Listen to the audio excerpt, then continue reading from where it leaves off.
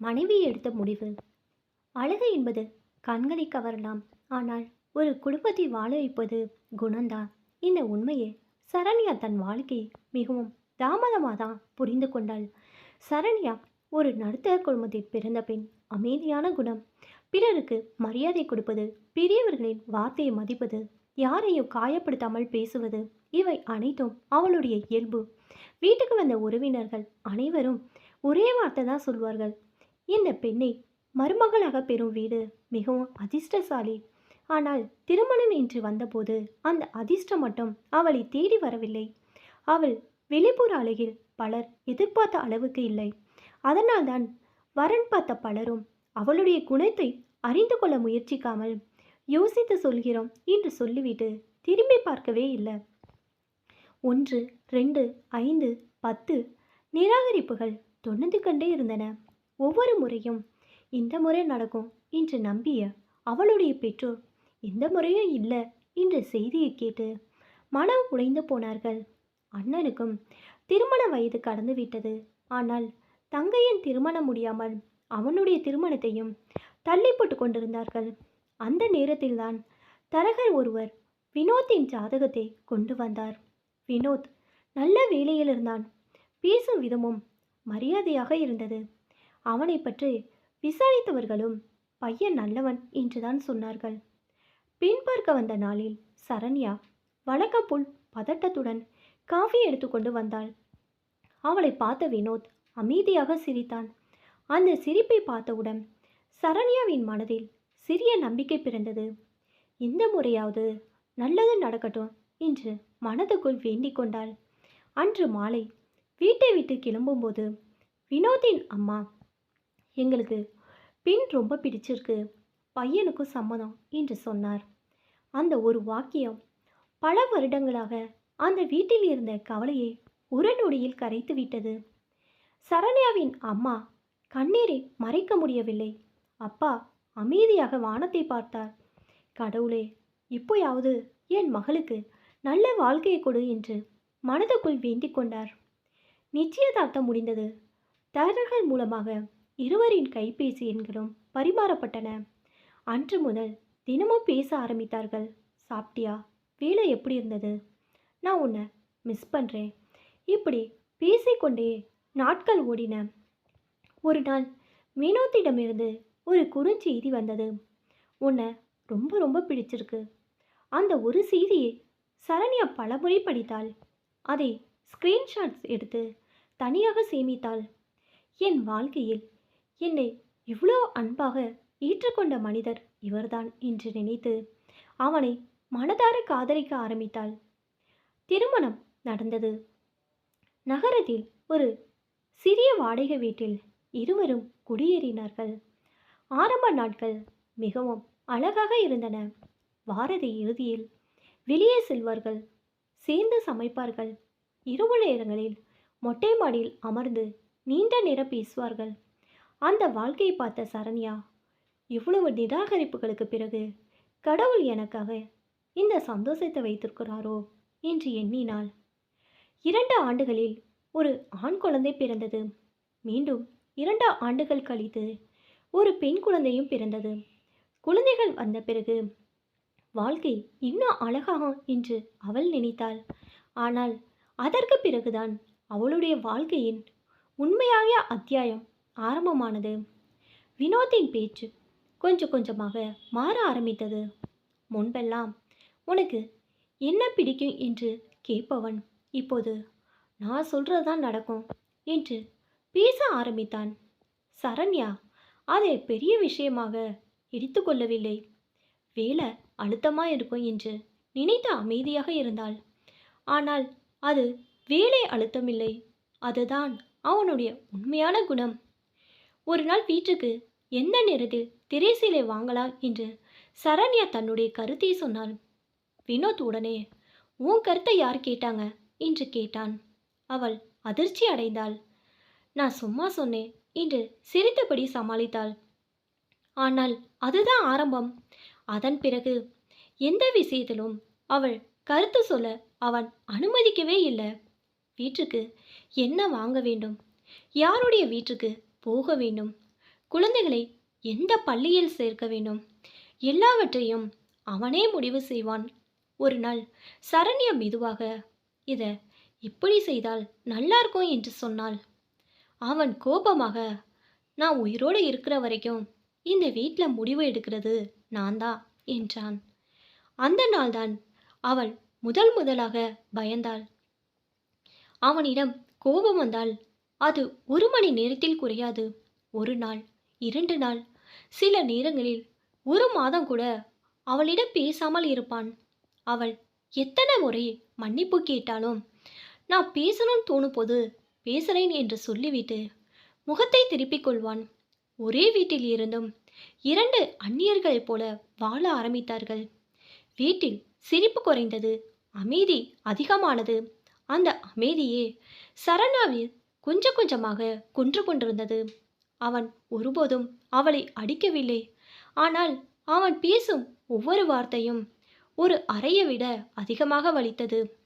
உனக்கு எதுவும் தெரியாது, வீட்டை பார்த்துக்கிறதுக்கே லாய்க்கில்லை, நான் சொல்கிறத மட்டும் செய், என்னை எதிர்த்து பேசுகிற அளவுக்கு உனக்கு தைரியம் வந்துடுச்சா? இந்த வார்த்தைகள் தினமும் அவள் காதுகளில் விழுந்தன. அவள் அழுதாள். அழுதா எல்லாம் நான் மாறிடுவேன்னு நினைக்காத என்பான். அமைதியாக இருந்தால், இப்போ என்ன நல்லவ மாதிரி நடிக்கிறியா என்று கேலி செய்வான். ஒரு நாள் அவளுக்கு காய்ச்சல், உடம்பே முடியாமல் இருந்தது. அப்படி இருந்தும் குழந்தைகளுக்கு சாப்பாடு செய்து வைத்தாள். வினோத் வீட்டுக்கு வந்தான். சாப்பாடு ரெடியா என்றான். கொஞ்சம் உடம்பு சரியில்லை என்று அவள் சொல்ல ஆரம்பிப்பதற்குள், அதெல்லாம் என்கிட்ட சொல்லாத, வீட்டில் இருக்கிறவங்களுக்கு இதுதான் வேலை என்று சொல்லிவிட்டு குளிக்க போய்விட்டான்.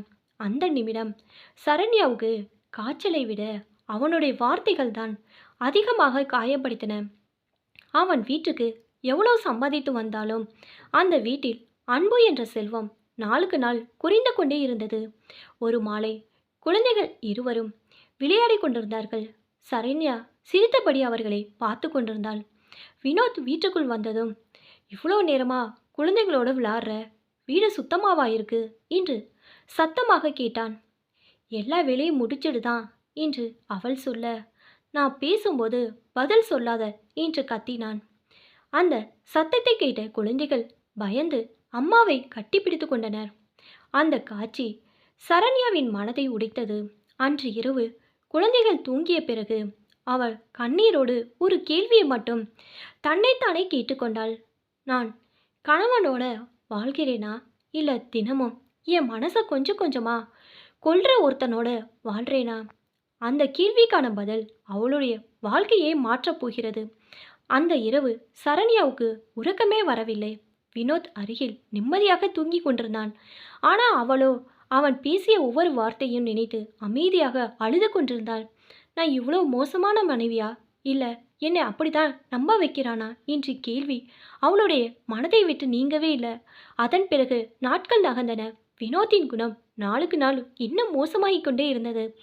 அவன் வீட்டுக்கு வந்தால் அந்த வீட்டில் இருந்த சிரிப்பு மறைந்துவிடும்.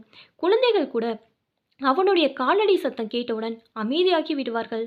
சாப்பாட்டில் ஒரு சிறிய குறை இருந்தாலும், வீடு முழுமையாக சுத்தமாக இல்லாவிட்டாலும், குழந்தைகள் சத்தமாக விளையாடினாலும், எதற்கு எடுத்தாலும் கோபம், எதற்கு எடுத்தாலும் குறை, எதற்கு எடுத்தாலும் அவமானப்படுத்தும் வார்த்தைகள். சரண்யா எப்போதும் ஒரு விஷயத்தை மட்டும் நினைத்தால், இன்று அமைதியாக இருந்தால் நாளை எல்லாம் சரியாகிவிடும். ஆனால் நாளை வந்தது, மறுநாளும் வந்தது, ஆண்டுகளும் கடந்தன.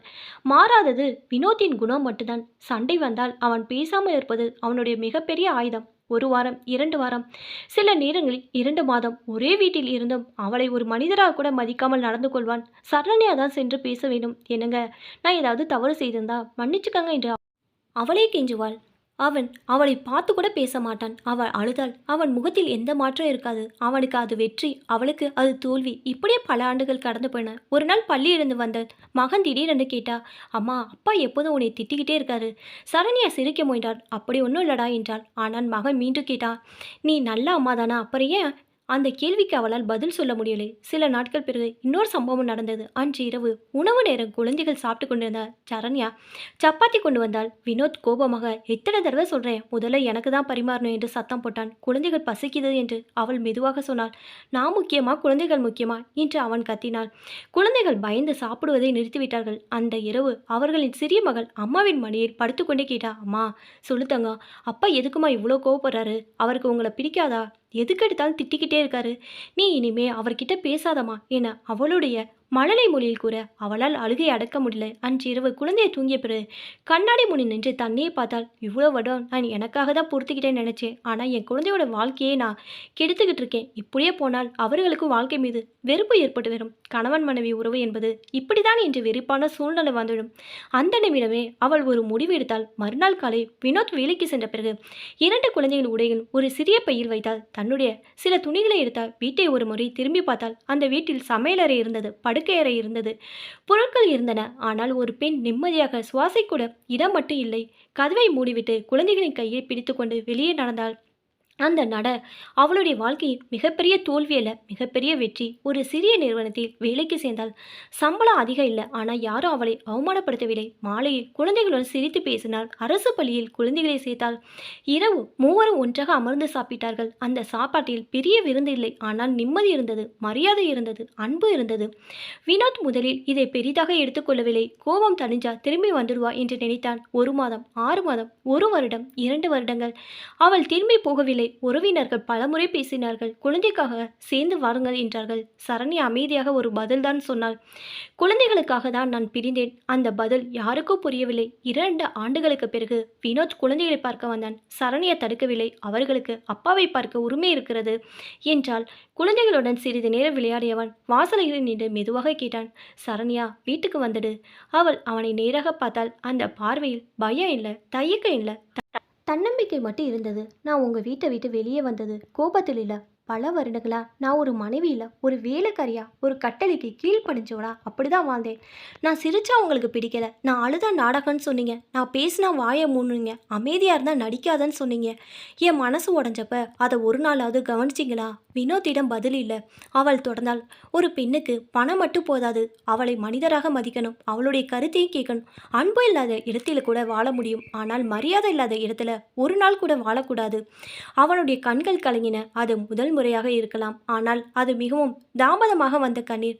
சரண்யா குழந்தைகளை அருகில் அழைத்தா. இவங்க நாளைக்கு நல்ல மனிதர்களாக வளரணும். என் மகன் பெண்களை மதிக்க கற்றுக்கணும். என் மகள் யாருக்கும் அடிமையாக வாழக்கூடாதுன்னு கற்றுக்கணும். அதுக்காக தான் நான் இந்த முடிவை எடுத்தேன். நான் திரும்ப வரமாட்டேன். அவள் சொன்ன ஒவ்வொரு வார்த்தையும் வினோத்தின் மனசாட்சியின் முன் தீர்ப்பாக நின்றது. அவன் அமைதியாக திரும்பி நடந்தான். அவனை பார்த்து கொண்டிருந்த சரண்யா கண்ணீரை துடைத்து கொண்டாள். அது தோல்வியின் கண்ணீரில பல வருடங்களாக சுமந்த வேதையில் இறங்கிவிட்ட நிம்மதியின் கண்ணீர். வாசலில் நின்று கொண்டிருந்த அவளுடைய மகள் அம்மாவின் கையை பிடித்து கொண்டு சிரித்தாள். அந்த சிரிப்பை பார்த்த சரண்யாவும் சிரித்தாள். பல வருடங்களுக்கு பிறகு அவள் முகத்தில் வந்த அந்த சிரிப்பு சுதந்திரத்தின் சிரிப்பு. சில பெண்கள் கணவனை வெறுத்து வீட்டை விட்டு வெளியேறுவதில்லை. தங்கள் சுயமரியாதையும் தங்கள் குழந்தைகளின் எதிர்காலத்தையும் காப்பாற்றுவதற்காகவே வெளியேறுகிறார்கள். ஒரு குடும்பத்தை நிலைநிறுத்துவது அன்பு மட்டுமல்ல, மரியாதையும் புரிதலும் விட்டு கொடுத்தலும். அவை இல்லாத இடத்தில் ஒன்றாக வாழ்வது வாழ்க்கையே அல்ல, அது தினமும் கொஞ்சம் கொஞ்சமாக இறப்பதற்கு சமம்.